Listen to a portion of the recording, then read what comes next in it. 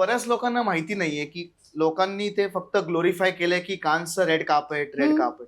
हम्म. कान्स हा एक फिल्म फेस्टिवल आहे. हम्म. तिकडे जगभरातनं लोक येतात आणि सिनेमा सेलिब्रेट होतो. बरोबर. वर्ल्ड सिनेमा सेलिब्रेट होतो. सो तिथे बऱ्याच जगभरातल्या फिल्म मेकर्सचे पॅव्हेलियन्स आहेत तिथे. हम्म. आणि आपला सुद्धा आहे. म्हणजे ओके. आपला सुद्धा दरवर्षी असतो. अच्छा. भारत पॅव्हेलियन म्हणतात त्याला. सो भारत पॅव्हेलियन झाला, south Korea, Japan, China, Europe, UK असे सगळे त्यांचे मार्केट्स आहेत बेसिकली. हम्म. सो तिथे जगभरातले फिल्म मेकर्स येऊन एकमेकांना भेटतात, नेटवर्किंग होतं, हम्म. कोलॅबोरेशन्स डिस्कस होतात की आपण हे करूया, एकत्र करू, असं सगळं ते मार्केट आहे बेसिकली. ओके. आणि त्याच सोबत तिथे फिल्म स्क्रीनिंग सुद्धा होतात. हम्म. आणि त्याच्यासाठी ते रेड कार्पेट ते जास्ती ग्लोरीफाय केलेलं आहे.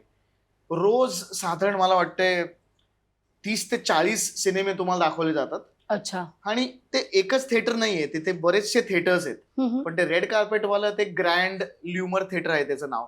ओके. इट इज ह्यूज आणि खूप म्हणजे मार्केट प्लस फिल्म स्क्रीनिंग्स हम्म. प्लस रेड कार्पेट असा तो एक भव्य फिल्म फेस्टिवल आहे.